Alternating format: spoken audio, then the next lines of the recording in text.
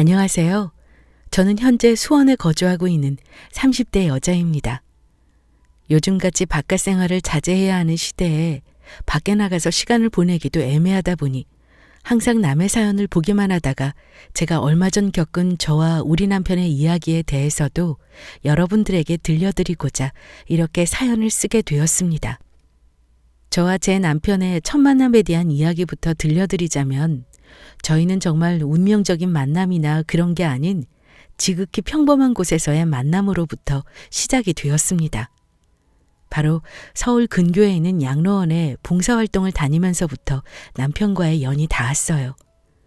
저는 어린 시절부터 부모님보다는 할머니와 할아버지가 저를 키워주신 덕에 제가 받은 사랑을 생각하면 제 스스로를 판단하기에도 연세가 있으신 어르신들에 대한 애정이 유독 남달랐습니다. 아마도 제가 크면서 받아왔던 조부모님이 주신 사랑 덕분이 아닐까 하는 생각이 드네요. 전 대학 시절부터 학점을 위해서 다니던 봉사활동이 학교를 졸업하고 나서도 친구들과 종종 보육원이나 양로원에 방문해서 일손을 돕는 일을 하곤 했습니다. 이 일은 저에게 정말 뿌듯함과 행복감을 안겨주었고 1년에 자주는 아니더라도 분기별로 한 번씩은 방문하는 일을 소홀히 하지 않았어요. 햇살이 뜨거운 한여름 어느 날, 저는 또 친구들과 모여 그날도 자주 방문하던 양로원으로 가기 위해 각종 먹을 것과 도움이 될 만한 생활용품을 잔뜩 싣고 출발했습니다. 날이 너무 더워서 그런지 많이 지치긴 했지만 우리 방문을 격하게 환영해 주실 어르신들을 생각하니 힘들다는 생각이 들지 않았어요. 양로원에 도착하니 뭔가 어수선한 분위기에 휩싸였고 우리 단체가 아닌 또 다른 단체도 같은 날 방문을 했다는 걸 알 수 있었습니다. 두 팀 모두 하나가 돼서 어르신들의 장기자랑과 다과 시간을 함께 돕게 되었고 거기서 저는 지금의 남편을 만나게 된 것이었죠. 아, 그 과일 저 주세요. 제가 가서 씻어올게요. 어디에서 오셨어요? 아, 그래 주시면 감사하겠습니다. 저는 오늘 처음 방문했는데 서울에서 왔어요. 아까 성함이 지우 씨라고 했죠. 전 김석호입니다. 앞으로 종종 보게 될 텐데 잘 부탁드립니다. 아, 네, 석호 씨. 그동안 한 번도 못 뵈었는데 다른 데서 하다가 오신 건가 봐요? 얼마 전에 이사하게 돼서 소속을 옮기면서 이쪽으로 오게 되었네요. 나중에 시간 되면 밥 한 끼 같이 하면서 얘기 나눌 수 있을까요? 첫인상이 너무 좋으셔서 친해지고 싶어서요. 생각보다 돌직구로 훅 들어오는 남편은 이미지와 달리 꽤나 쾌활하고 명랑한 사람 같아 보였고 저는 그런 남편에게 빠른 시간 내에 마음이 생겼습니다.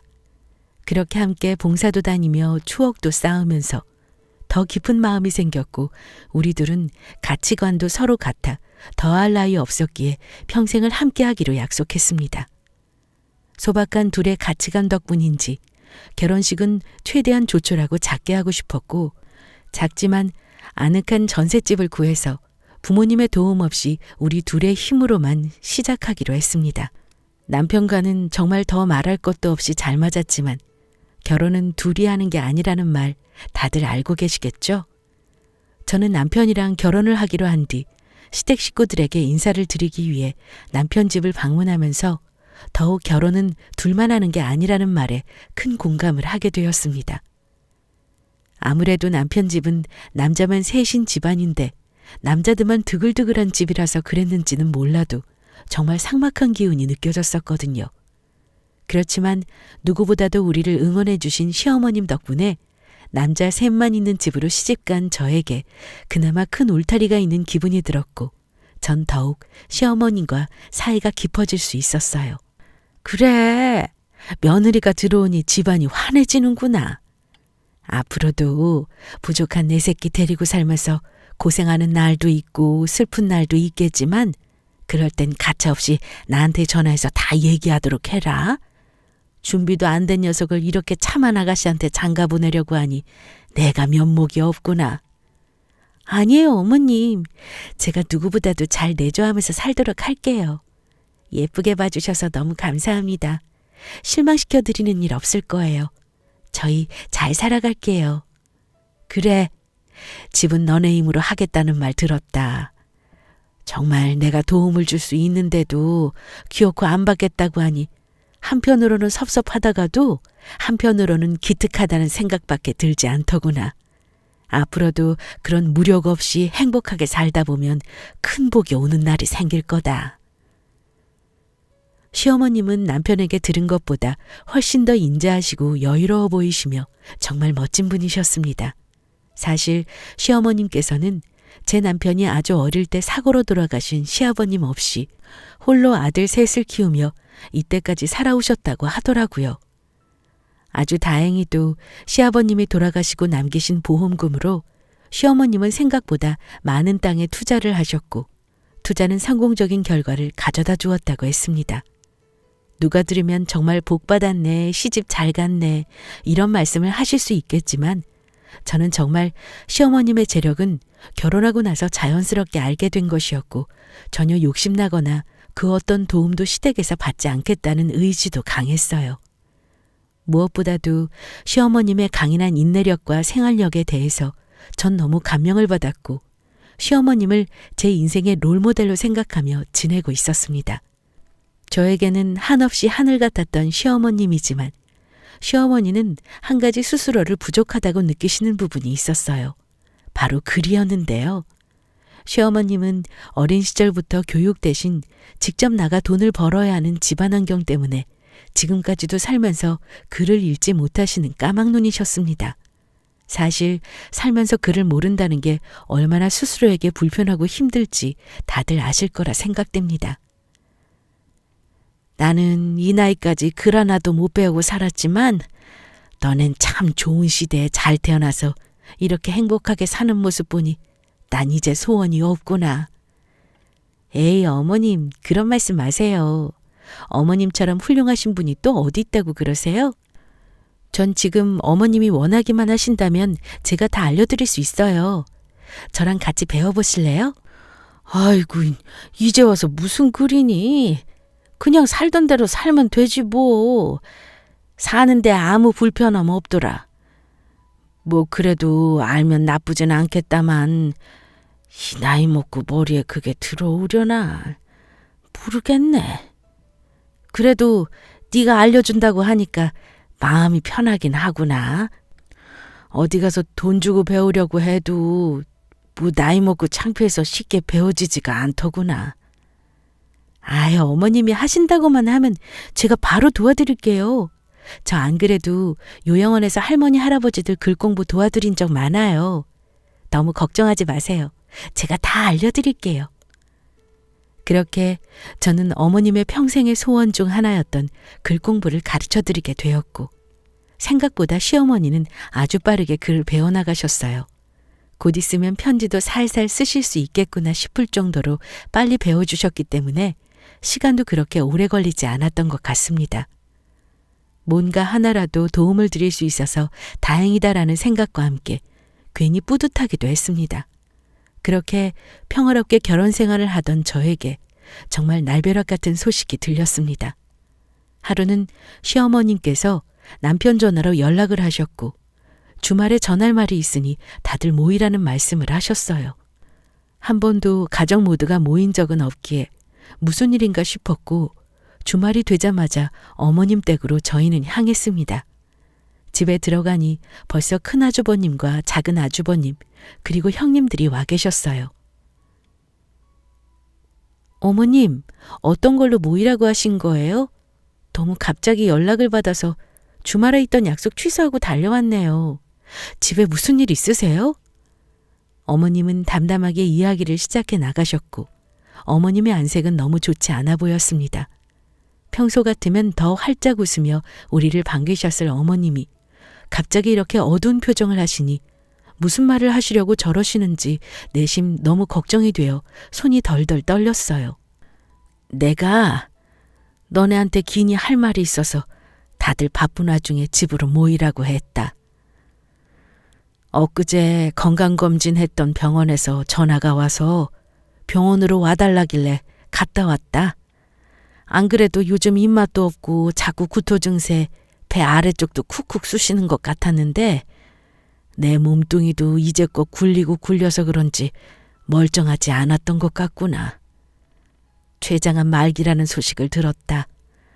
생각보다 진전이 많이 된 상태인데 내가 무딘 사람이라 그런지 눈치도 못 채고 있었고 신락 같은 희망은 찾지 않는 게 좋겠더구나. 저는 시어머님의 말을 듣고 말문이 막히고 눈물이 흐르기 시작했습니다. 물론 저뿐만 아니라 모든 가족들이 마찬가지였지만 첫째와 둘째네 부부는 뭐 저렇게 강인한 사람들인가 싶을 정도로 표정 하나 변하지 않는 게 저로서는 이해가 되지 않았어요. 그리고 어머님은 계속 말을 이어나가셨습니다. 내가 살 날은 얼마 안 남았다고 하지만 그래도 너네한테 꼭 해주고 싶은 말이 있다. 내가 이날 이때까지 너네 셋 키우면서 악착같이 모은 전 재산이 적지 않다는 건 너희 모두가 알고 있을 거라 생각한다. 내 자식들은 어떻게 생각할지 모르겠지만 나는 전부터 작은 꿈이 하나 있었어. 내가 살던 어린 시절은 못 배운 게 당연한 시절이었지만 지금처럼 살기 좋은 시대에서 부모 잃고 집 잃고 어려운 환경 속에서 태어나 배우는 게 많지 않은 아이들이 난 항상 안타까웠다. 그 불쌍한 애들 생각해서라도 내 재산을 전부 장학재단에다가 기부하고 싶다는 생각을 항상 마음속에 가지고 있었어. 그래서 내가 이 세상 뜨기 전에 너희에게 하고 싶은 말은 내 전 재산을 100% 장학재단에 기부하겠다는 이야기를 하려고 모이라고 했다. 너희가 불만족할 이유도 없고 이건 오로지 나의 선택이기 때문에 다들 존중해 주길 바라는 마음뿐이다. 내 말 무슨 말인지 다들 알겠지? 그러자 큰아주버님은 대뜸 화를 내시며 시어머니께 이렇게 말씀을 하셨습니다. 아니 엄마, 그게 무슨 말이에요? 어머니 엄마가 가진 전 재산이 엄마가 번 돈이 아니라 아빠 사망보험금으로 시작해서 투자하다가 이렇게까지 불어난 건데 그걸 왜 다 나라에다가 퍼주겠다는 말입니까? 그건 말도 안 되죠.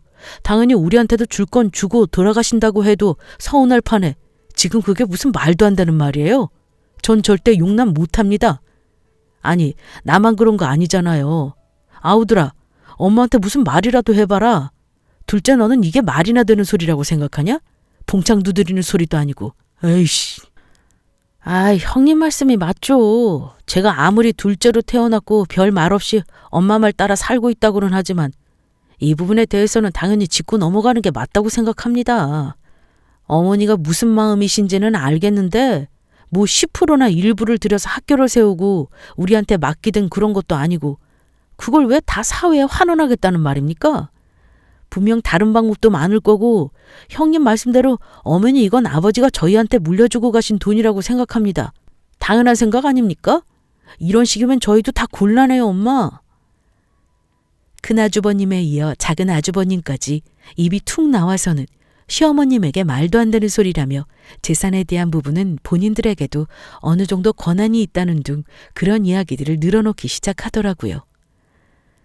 니들 마음은 알겠다만 이건 엄연히 내 손 안에 있는 내 재산이다. 내가 내 재산을 좌지우지하겠다는데 내가 자식들 눈치 봐가면서 남은 생 살라는 거냐? 난 도저히 그렇게 못하겠고 아까 말했듯이 다시 한번 말하지만 절대 니들 세 형제한테 물려줄 재산 없으니 그렇게들 알고 있어. 니들이 날 안 보겠다 한들 내 생각에는 변함없다. 생각보다 시어머님의 생각은 매우 확고하신 편이었고 그 생각을 바꾸지 않는 한 어머님을 만나뵈러 오지 않겠다며 버럭 화를 내는 큰아주버님과 작은 아주버님은 그 자리를 박차고 나가버렸습니다. 당연히 형님들도 하는 수 없이 씩씩대며 남편들을 따라 나서더군요.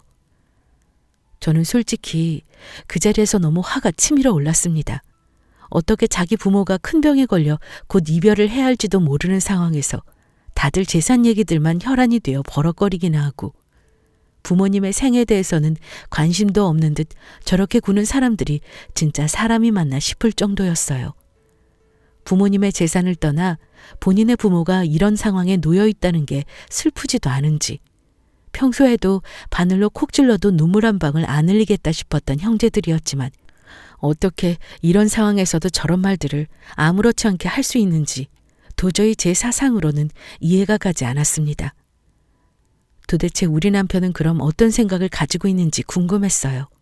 그러자 남편은 시어머님께 조심스럽게 입을 열기 시작하더라고요. 엄마, 저는 엄마의 뜻을 존중해요. 무엇보다도 본인보다 남을 생각하고 내가 어려울 때 받았던 감사함을 본인이 여유로워졌을 땐 타인에게 베풀며 살아야 잘 살 수 있다고 말씀하셨던 엄마 말씀을 전 아직도 잊을 수 없어요. 형님들은 절대적으로 반대하신다고 해도 저는 엄마의 뜻을 따르도록 할게요. 전 살면서 엄마 재산을 탐한 적도 없고 더군다나 절대 우리들의 것이라고 생각해 본 적이 없어요. 무조건 엄마의 남은 여생에 저랑 와이프랑 같이 함께 하도록 할게요. 분명 제 아내도 같은 생각을 하고 있을 겁니다. 그렇지 여보? 전 남편의 말을 듣고 역시 내 남편은 인품 자체가 다른 사람들과는 다르다는 것을 확 느낄 수 있었고 남편의 말에 눈물이 뚝뚝 흐르기 시작했습니다. 저 또한 어머님의 남은 여생을 함께 해드려야겠다는 생각을 당연하게 하고 있었거든요.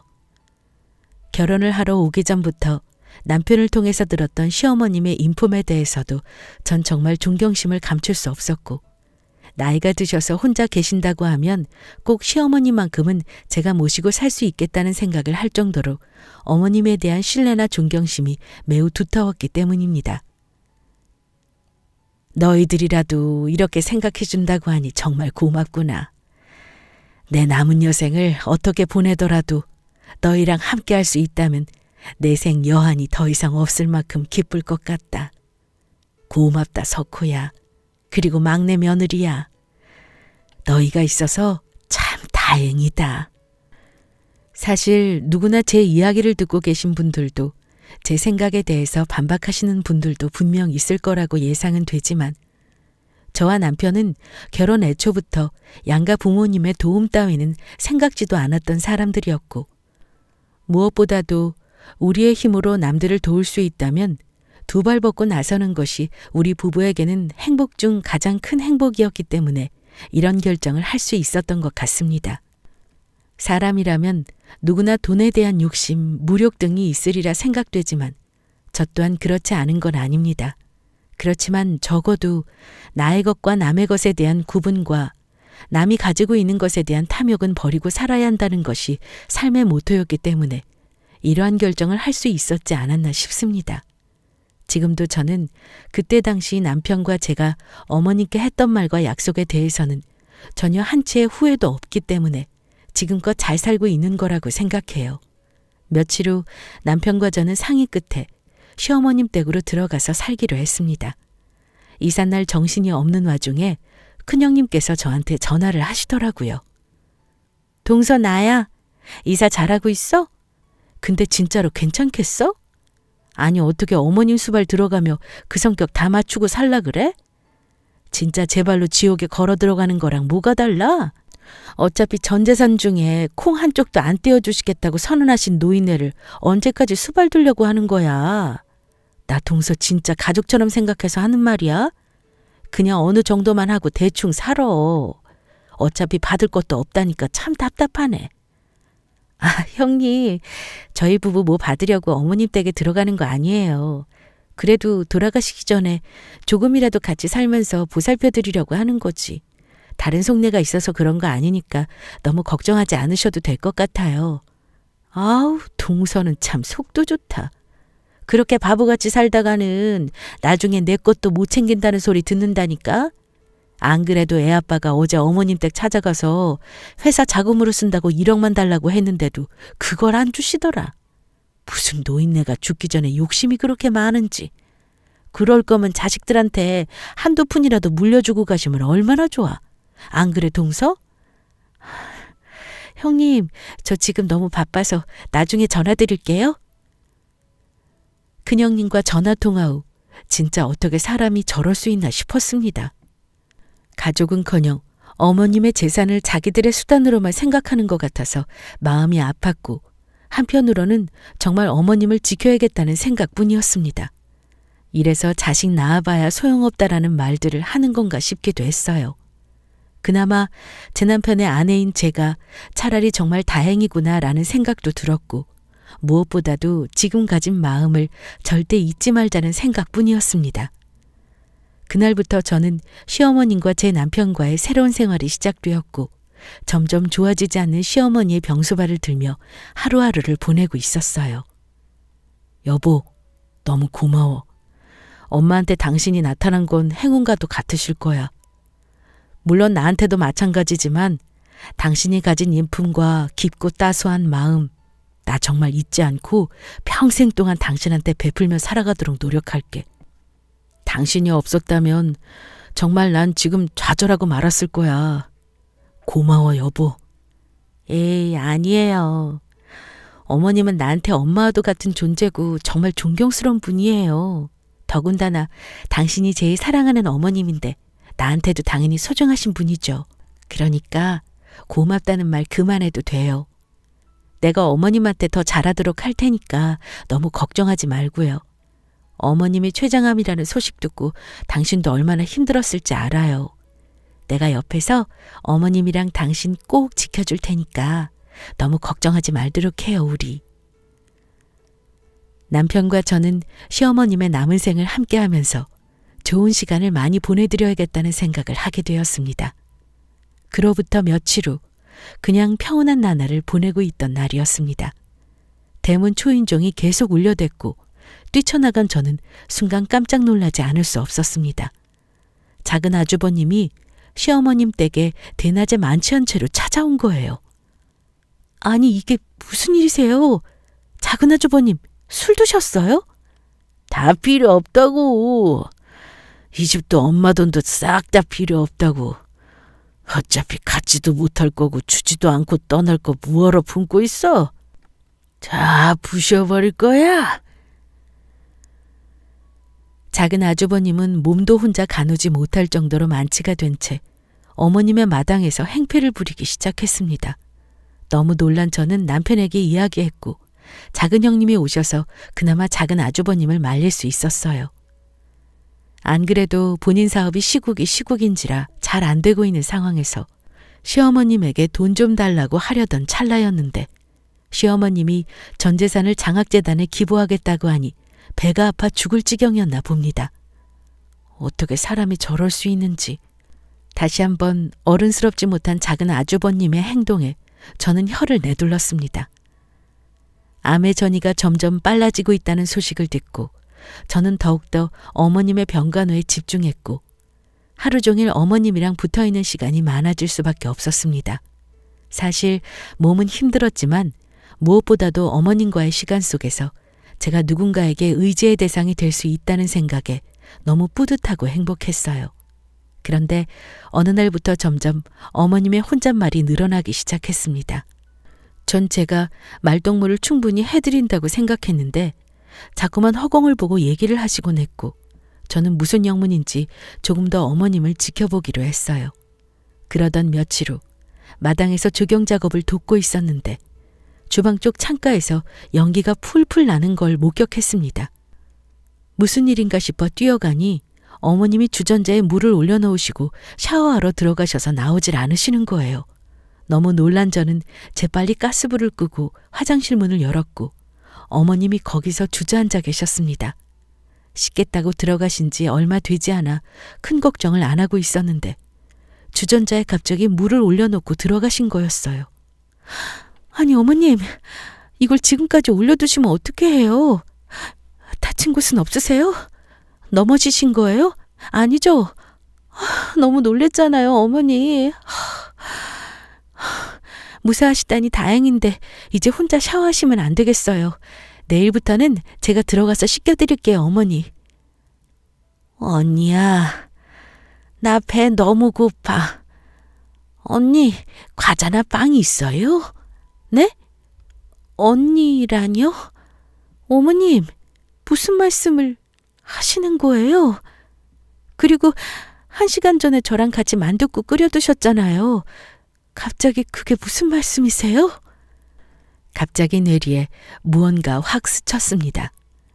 몸이 아프시면서 어머님께서는 바깥 활동을 안 하시다 보니 집에만 계셨고 그로 인해 혹시 치매가 오신 건 아닐지 하는 생각에 얼른 다음날 어머님이 주로 다니시는 병원에 모시고 가서 치매 테스트를 해봤는데 결국 저의 생각이 맞았어요. 췌장암 말기에 치매라니. 진짜 하늘도 무심하시다는 생각이 들었고 저는 어머님을 껴안고 하염없이 울기 시작했습니다. 여보, 이제 어쩌면 좋아요. 어머님이 치매까지 오셔서 이제 일상생활을 너무 힘들어 하시는 것 같은데 진짜로 속상해 죽겠어요. 내가 미안해 여보. 이런 나한테 시집와서 이런 고생이나 시키고 돈 벌어야 된다고 매번 당신이랑 엄마만 놔두고 나가서 밤늦게 들어오고 진짜로 미안해. 내가 면목이 없어. 병원에서 치매는 확실하다고 한 거야? 언제부터 저런 증상을 보이셨는지 원. 나도 오늘 처음 봤어요. 사실 어머님이 요 근래 말수도 적어주시고 혼잣말을 많이 한다고 생각이 들긴 했는데 이 정도일 거라고는 예상 못했거든요. 그래도 너무 우리 크게 걱정하지 말아요. 나 우리 할머니 요양원에서 돌아가시기 전에도 치매로 고생하시던 거 생각하면 어머님 옆에 내가 꼭 있어야 한다는 생각뿐이니까 당신도 나한테 미안해 말아요. 그동안 어머님한테 받은 사랑만 생각하면 내가 아직 해야 할 일은 한참 남았다고 생각해요. 그러니까 우리 힘내요, 여보. 어린 시절 저는 할머니 손에서 자랐고 어엿한 성인이 된 저는 사회생활을 한 지 얼마 되지 않아 할머니가 치매에 걸리시면서 돌봐줄 사람이 없다 보니 요양원에 모시게 되었었습니다. 그때 당시에는 몰랐는데 제가 조금이나마 그때 할머니 곁에 더 자주 있어드렸다면 그렇게 외롭게 가지 않으셨을 거라는 생각에 항상 그때 생각만 하면 마음이 아팠고 아려웠어요. 그 마음의 빚을 이렇게라도 갚으라는 하늘의 뜻이라고 생각하니 어머님을 더욱더 돌봐드려야 한다는 생각만 가득해졌습니다. 그래도 어머님의 치매 판정을 받기 전까지는 그래도 자식들이라고 간간히 얼굴을 비추던 큰 아주버님 댁과 작은 아주버님 댁의 발길은 뚝 끊겼고 다들 사는 게 바쁘더라도 참 너무하다는 생각이 들었습니다. 얼마 전까지만 해도 일주일에 한두 번씩 찾아와서 아픈 어머님을 붙잡고 사업자금이니 뭐니 말도 안 되는 소리를 늘어놓으며 그놈의 돈돈돈 거리던 사람들이 이젠 어머님이 치매라는 소리를 듣고는 아예 오지도 않는 걸 보니 진짜 정상적인 사람들이면 저럴 수 있을까 싶었어요. 어떻게 같은 배에서 나온 형제들이 이렇게나 내 남편과 다른 인품을 가지고 태어날 수 있을까 하는 생각도 들었고 자식 낳기가 무서울 정도였습니다. 매일같이 어머님과 병원을 오가며 힘든 나날을 보내고 있던 어느 날 저도 제 상태를 좀 돌봐야겠다는 생각에 하루는 어머님께 집에 계시라고 말씀드리고 얼른 머리만 자르고 와야겠다 싶어서 미용실에 갔다 온 날이었습니다. 빨리 머리를 자르고 집에 다시 귀가한 지 1시간이 채 되지 않았는데 어머님이 보이질 않는 거예요. 너무 놀란 저는 어머님을 찾아 나섰고 작은 방 제 화장대 앞에서 온갖 립스틱을 다 얼굴에 덕지덕지 바른 채로 쓰러져 계신 어머님을 발견할 수 있었습니다. 바로 저는 119를 불러 어머님을 병원으로 모셨고 뜻하지 않게 들은 소식은 어머님이 정말 얼마 남지 않으셨기 때문에 무조건 병원 생활을 하셔야 한다는 거였습니다. 눈앞이 캄캄했습니다. 이제 정말 그 시간이 온 걸까 하는 생각이 들면서 눈물이 멈추질 않았습니다. 뒤늦게 전화를 받고 달려온 남편도 제 품에 안겨 우는데 그날은 유난히 하늘이 맑았던 기억이 나네요. 정말 그날 하늘이 무심하다는 생각을 다시 한번 하게 되었던 것 같습니다. 며칠 뒤 어머님은 조금이라도 회복을 하시나 싶어 다행이라고 생각이 들었어요. 그런데 어머님은 저에게 온 가족들에게 할 말이 있다며 병원으로 불러달라는 말씀을 하셨습니다. 저는 얼른 가족들에게 연락을 했고 그 다음날 오후에 온 가족이 다 병원으로 모이게 되었죠. 그날도 씩씩거리며 병원에 귀찮다는 듯 방문하는 다른 가족들의 표정을 잊을 수가 없습니다. 아니 또 뭔 말을 하시려고 바쁜 큰아들을 부릅니까? 안 그래도 돈 못 벌어서 속이 다 문드러졌는데도 도움 한 번 안 주는 어머니를 내가 이렇게 꼭 찾아오는 게 맞나 싶은데요. 니들 마음은 안다. 오늘 너희들을 불러 모은 건 내가 마지막으로 너네한테 할 말이 있어서 이렇게 모이라고 한 거다. 윤 변호사 다들 알고 있지? 내가 만약에 소리 소문 없이 저 세상 가게 되면 꼭 윤 변호사를 찾아가서 유언장을 달라고 말해라. 거기에 내가 하고 싶은 말들과 마지막 유언이 남겨져 있으니까 꼭 그걸 보고 그대로 하도록 해. 아니 또 뭔 유언장이에요? 그냥 지금 말씀하시면 되잖아요. 엄마가 장학재단에 뭐 전재산 기부한다는 등 그런 쓸모없는 내용만 가득 써놨을 거 아닙니까? 안 그래도 그 말 듣고 엄마 때문에 큰아들 석병나서 열불 터져 죽겠는데 그걸 또 가서 읽으라고요? 적어도 엄마 우리 생각하면 그러면 안 됩니다. 어떻게 그 돈을 모았는데 그걸 생전 본 적 없는 애들이나 가르치겠다고 기부를 하겠다는 건지 난 도통 엄마 말이 이해가 안 가요. 뭐 뒤늦게 글이라도 배우셔서 그런가? 늦게 배움에 대한 의미를 깨달았다는 겁니까? 큰형 말이 맞아요, 엄마. 그 애들한테 돈 퍼주고 백날 가르쳐놔 봐야 거기서 잘 큰 애들이 몇이나 있을 거라고 엄마는 그렇게 못 배운 애들한테 베풀기만 하는지 도통 모르겠다니까요. 그러지 말고 그냥 자식 새끼들한테 몇 푼이라도 챙겨주고 갈 길 가쇼. 나 참 시간 아깝게 이런 소리 들으러 온 것도 짜증나는데 참. 엄마 치매가 점점 더 심해지나 보네. 할 말 없으면 우린 그냥 갑니다. 말에 담을 수 없는 헛소리를 늘어놓는 형제들. 그리고 그 와이프들은 또 뒤도 돌아보지 않고 병실을 나가는데 마음 같아선 한 소리 하고 싶었지만 가만히 있는 어머님 옆에서 아무 말도 할 수 없었어요. 정말 그러고 며칠 되지 않아 어머님의 임종을 지켜드리게 되었고 그나마 어머님의 마지막 길을 저와 제 남편이 할 수 있어서 다행이라는 생각이 들었습니다. 저는 어머님의 장례를 다 치른 후 어머님이 남기신 말씀대로 남편과 윤 변호사님을 찾아가 유언장을 확인하게 되었고 지금도 믿을 수 없는 어머님의 마지막 편지에 놀라움을 금치 못했어요. 사랑하는 내 자식들아, 내가 너희에게 남길 만한 것은 이 작은 선물뿐이구나. 그동안 내 뒷바라지 하느라 고생 많았다. 특히 막내랑 막내 며느리에게 감사함을 표현할 게 뭐가 있을지 생각하다가 살아생전 처음으로 써보는 자필 편지로 내 마음과 유언을 전한다. 그동안 내가 치매인 것처럼 행동해서 막내 며느리가 고생이 많았지? 사실 난 치매 걸린 게 아니라 내 자식들의 인품을 확인해보고자 했던 행동이었다.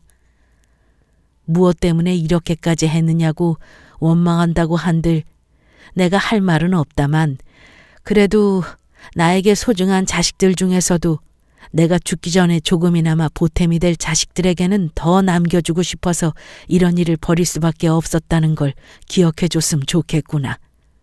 아무래도 내가 치매에 걸렸다고 하면 적어도 마음이 돌아섰던 첫째와 둘째도 다시금 마음 잡고 돌아와 줄 거라고 생각했지만 내 생각과는 조금 다른 너희들의 행동이 난 유감스럽다. 그동안 날 챙기느라 애를 먹었던 막내와 막내 며느리에게는 내 재산의 50%를 떼어주마.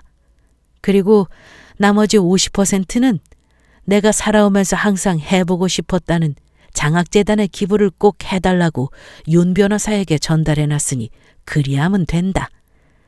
가는 날까지 내 자식들 고생시킨 것 같아 마음이 아프지만 너희도 앞으로 살면서 사람의 기본 예의와 덕을 지키며 남을 돕고 살아가는 마음 따뜻한 사람이 되길 바란다. 사랑한다. 어머님이 남기신 편지에는 조금은 투박하지만 정성어린 한 글자 한 글자가 쓰여져 있었고 재산에 대해 반절은 우리 부부에게 그리고 나머지 반절은 장학재단에 기부하시겠다는 유언을 남긴 편지였습니다. 이 사실을 우리 부부는 형님들 댁에 찾아가 보여드리며 말씀드렸고 큰아주버님은 온 집을 박살내며 난리를 쳤고 큰형님은 이제야 땅을 치며 꺼이꺼이 울음을 터뜨렸습니다. 안 그래도 사업 안 돼서 죽으려는 사람 끝까지 데리고 살았는데 나도 더 이상 이렇게는 못 살아요. 내가 당신한테 말했죠? 어머님이 떼줄 수도 있으니까 가끔이라도 찾아가자고 했잖아요. 이게 뭐예요, 정말. 당신처럼 멍청하게 살다가는 이렇게 다 뺏기잖아요. 난 더 이상 당신이랑 못 사니까 우리 갈라서요. 당신 같은 멍청한 인간이랑 이제까지 산 내가 바보지 진짜.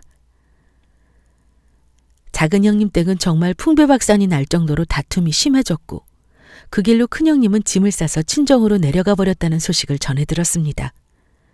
작은 아주버님은 술에만 의존하는 알코올 중독자가 되어 술집만 전전긍긍하는 호래비 신세로 하루하루를 살아간다는 소식을 들었고 회사로 찾아가 보려고 했지만 진작 회사와 운영하시던 작은 공장은 문을 닫은 후였습니다.